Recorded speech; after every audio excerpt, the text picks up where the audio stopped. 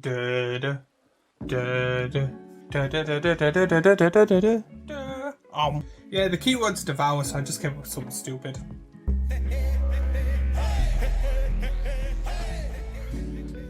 Welcome to Command Class episode 121. In this video we are going off the keyword Devour. So if you want to know what Devour does or if there's any cards you want to see and stuff like that, this video is perfect for you.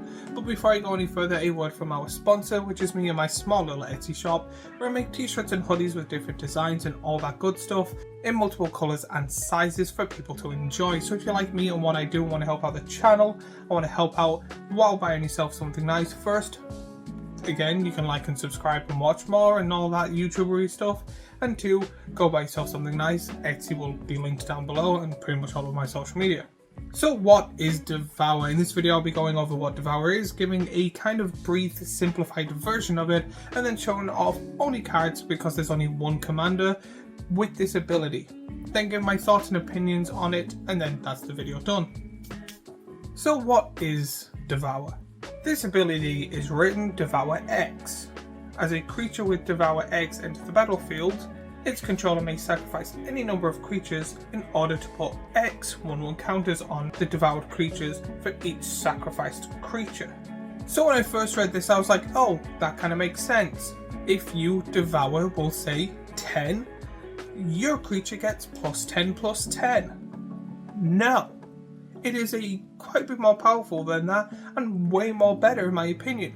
So for example, if it says Devour 1 and you sacrifice, we'll say 10 creatures, your creature gets an additional +10/+10, which is really good.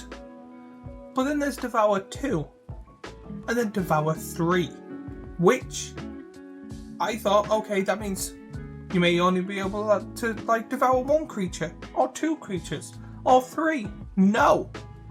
It is, you get to sacrifice any number of creatures, but then it's times. So if you then go, okay, I have a Devour 2 creature, I play it, I sacrifice 10 tokens and stuff like that, I get 20 +1/+1 counters. Because for each one, I'm getting 2 1/1 counters. And then I'm like, but there's Devour 3. So it's 3 times the amount. So you get 30 +1/+1 counters on it. Originally I thought it was you just get like 10, if you sacrifice 10 creatures you get 10 +1/+1 counters. Thought it only works if it has Devour 1. But then they were like, let's make Devour 2, let's make Devour 3. I think, personally, this ability is absolutely bonkers and broken. They should have just called it Devour and left it with 1, but no. Now, in fairness, there's not that many cards, so it's not the best, but there is cards and commanders I've seen and stuff like that that I think are very powerful. There is a Jurassic card that I'm like, this makes sense why it's not legendary. If it was a legendary with Devour 3 and then gets to fight shit, yeah. This would be absolutely broken as a commander, and a must kill on side commander, but then put it as a creature, so it's just more annoying than anything else.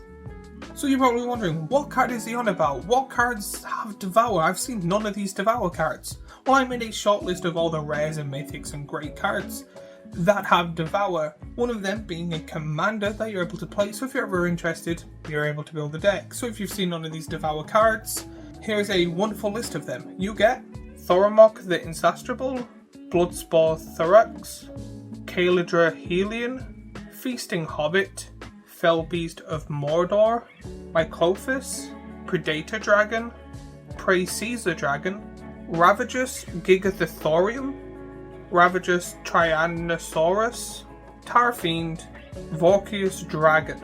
I'm actually thinking of looking up a load of these cards again after I make this video and put some in my deck because I find Devour, especially if it's 2 and 3, to be absolutely broken, especially if you have a token deck.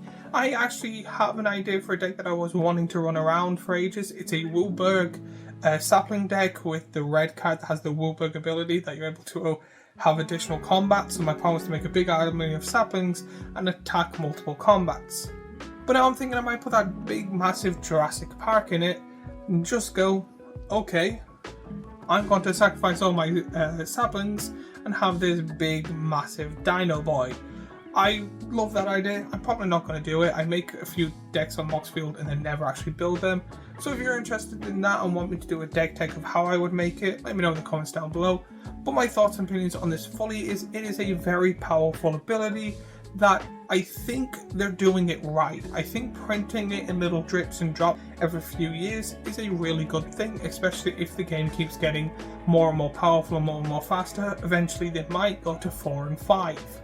But then start putting down clauses on it. So like every 5 sacrifices you lose 5 life or something like that. I do think it will be good. The more powerful, the more downsides it has, to the point that it actually starts hurting you or other cards. Like you might have to discard for every 5 power this creature thing has, or something like that along them lines. But as always, let me know your thoughts and opinions of this in the comments down below. While you're there, remember to like and subscribe and do all that YouTubey stuff we always annoy you and ask you for.